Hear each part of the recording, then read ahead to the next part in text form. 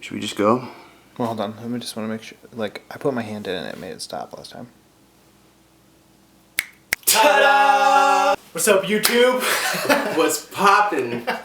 Okay, so basically we're here to talk today about 9 things that get in the way of people doing what they want to do. Okay, so number 1 is that people tend to, they kind of like want to wait for something to come around and inspire them. Like, let's say like a UFO or whatever, I don't know. It's probably not gonna come, so you might as well just get off your ass to start doing it. Yeah, a lot of people will wait around for inspiration before they start working on something when they don't realize that inspiration will come from actually doing the work.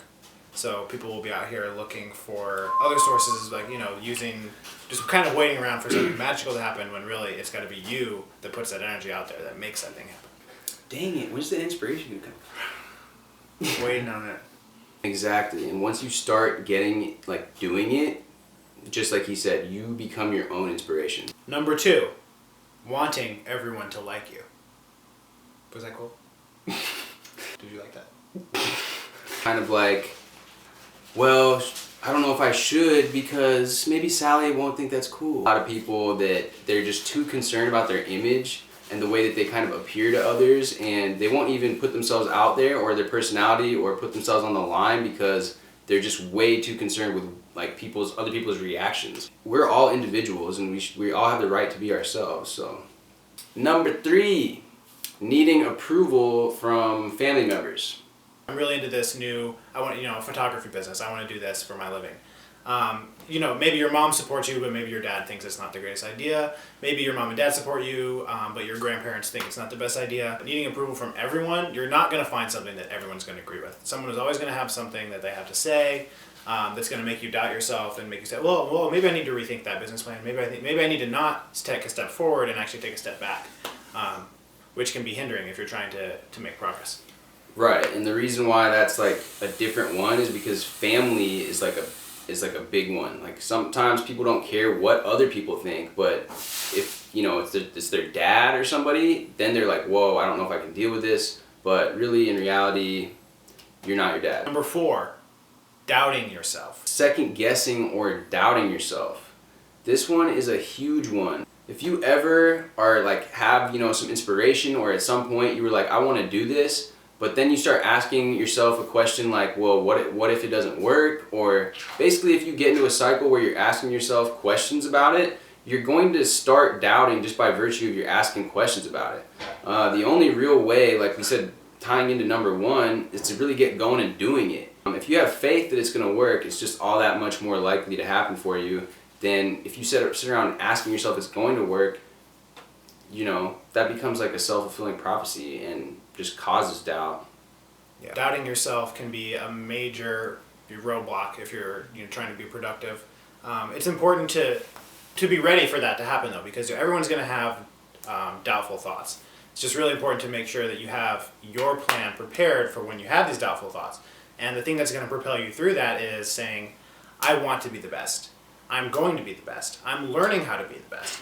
And whenever you come across a situation where you didn't perform to how you wanted to, you didn't win, to look back on that situation and say, okay, how am I going to learn from this so that I can continue to improve? For sure. Awesome. Number 5, not writing stuff down. Wait, was that number 5? I'm not sure. I thought that was number 6. Do we have it written down? Oh shit. Let's say that you have like this goal, and I mean there's just so many different things that happen during our day. Obviously we're busy with like the minutia that comes up. We gotta do the laundry, we gotta take our sister to school, like whatever it is in your life that you're doing on a daily basis. Because this stuff's running through your head, you will literally forget. Either if you don't forget what your goal is, you'll forget why you're doing it, or the bigger picture, any part of the bigger picture that will kind of like just dilute the whole entire thing for you, and you'll slowly like begin to lose more and more motivation towards striving to whatever that is. See, we wrote this list down. I mean, we couldn't just, we could maybe because we're awesome. Yeah. Okay. Right. Number 6 is expecting help / relying on help from other people. Shit. So embarrassing, bro. I like still like this girl in elementary school. She used to tie my shoes. Like, can you help me out with that? Come on, bro. Leaving a bro hanging like that. That's a big one too, because however old you are, you could still be like 10 years old watching this and realize that if you wanted to like do a skate trick or whatever, like nobody's gonna come out and just like appear. Like Nyjah Huston's not just gonna like pop out and be like, yo, by the way, this is how you do a kickflip.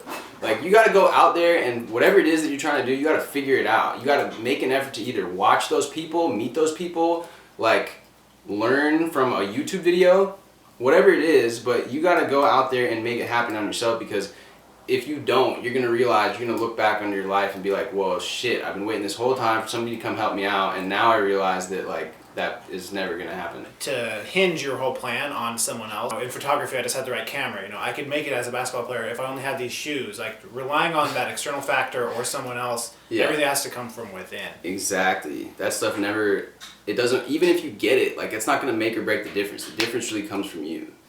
I'm so over this Adidas backpack. Like, if only I had the Gucci backpack, like I would get all my homework done. Number 7 is not being grateful for what you already have. Being grateful is one of the most powerful things, because it allows you to tap into like that place where you do accept yourself and where you are at, which you need to do in order to go, you know, for more progression. So yeah.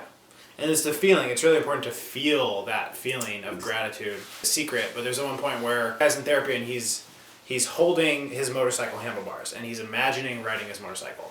And it's that feeling of riding the motorcycle that actually you want to cultivate. You can't just like think that and be like, I'm grateful. Like you really have to feel grateful. Number 8, caring what people think. Was that cool? Wait, dude, I don't know if we should put this online because, I know. I mean, what are people going to think? We might look goofy.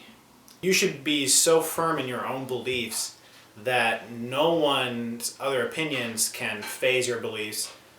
They may bring up an interesting point, but you should be prepared to defend your beliefs wholeheartedly at all times. At any cost. Because they're your beliefs. Like, ultimately, you have your own beliefs because of your own personal life experience. So nobody should be able to affect that. I always think to myself, my beliefs are like my most valuable thing that I have. Last but not least, number 9, thinking, is this going to work? That question, is this going to work? Anytime that crops up in your mind, that it's a lack of faith is what it is. It's yourself questioning yourself. Like whether you're trying to, you know, go up and talk to that girl or you're trying to like go for what your dream is in life. You're just creating an opportunity for you to lose motivation. The best artists and athletes and spiritual teachers and business people, they all put themselves out there. They all, you know, put a substantial amount of risk into what they're doing. Of course, they probably had times where they're like, man, I don't know if this is going to work. You know, this might not work. But it's really important at those times to just, like we said earlier, just cancel out all doubt. Realize that you're going to have these times where you're doubting yourself, and to just bring it back in and say, no, we're going to be the best. We wanted to do this. We decided we're going to do this, and we're going to persevere.